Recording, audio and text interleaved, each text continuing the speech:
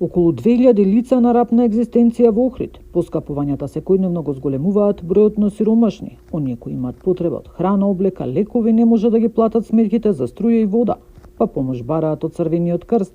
Најзагрозени се самохраните родители и оние со повеќе деца. Збринуваме, згрижуваме на некој начин со најразлични потрепштини, од прехранбени производи, средства за хигиена, облека, до купување на лекови, плаќање на најразлични здравствени интервенции, карти, секако дека тука автобуски карти, секако дека тука се вклучени голем број институции кои што помагаат, кои што излегуваат во пресет. Бројката на ранливите не е константна, бидејќи има многу граѓани кои едва и крпат крај со краја се срамат да се обратат за помош.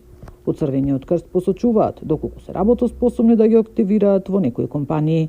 Но секако дека бројот и притисокот од социјално загрозените семејства е голем. Ние апелираме и до нив да понудат некоја вештина што ја знаат од тие социјално загрозени, ако се работоспособни, да ги ангажираме во најразлични, контактираме со бројни компании, приватни компании кои што можат да ангажираат такви лица. Од Црвениот крст од Охрид апелираат до општествено одговорните компании и хумани луѓе кои имаат можност да донираат за помош на социјално загрозените. Нина Аритоновска, Сител телевизија.